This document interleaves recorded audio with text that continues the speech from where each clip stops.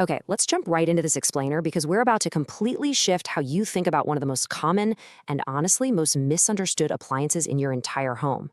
I mean, we interact with air conditioning almost every single day during the summer, right? But the actual science happening behind that vent is just absolutely incredible.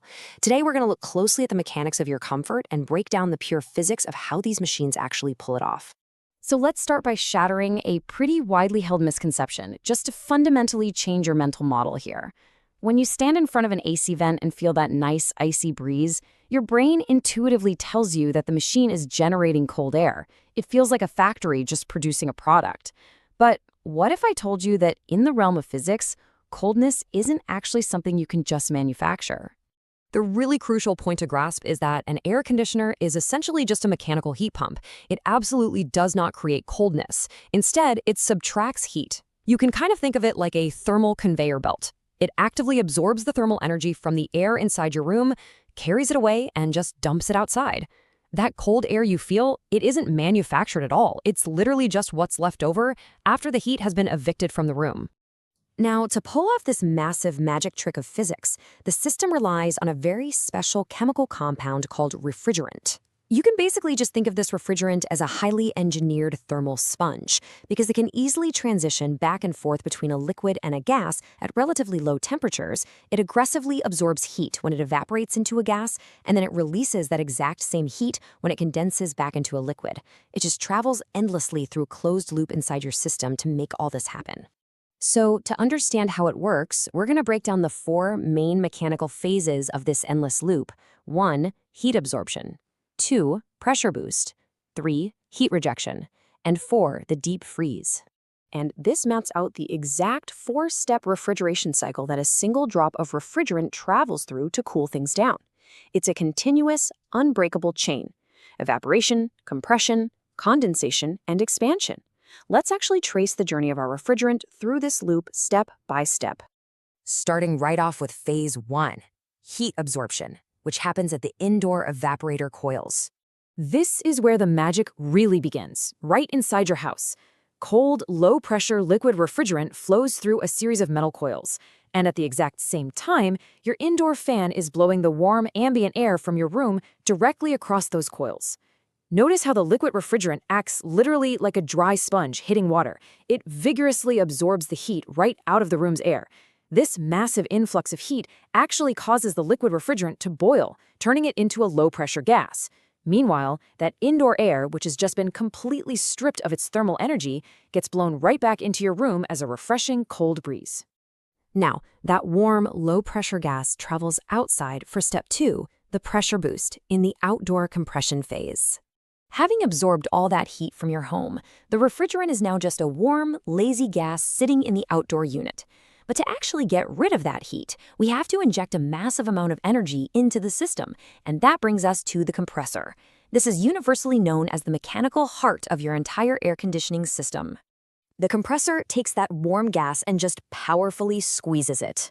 By forcefully packing those gas molecules incredibly tight together, the compressor is essentially wringing out our thermal sponge. This violent squeezing causes the pressure to shoot up dramatically, and consequently, the temperature absolutely skyrockets. What enters the compressor as just a warm gas gets blasted out as a superheated, extremely high-pressure gas. Which leads us directly into phase 3, heat rejection, happening in the outdoor condenser coils. Well, physics dictates that thermal energy always wants to move from a hotter space to a colder space, right? Because our refrigerant gas has just been superheated by the compressor, it's now significantly hotter than the ambient outdoor air blowing across those condenser coils. So, as an outdoor fan blows regular air over the hot coils, the heat from the refrigerant just naturally and rapidly escapes out into the environment. Pay attention to the change in state here.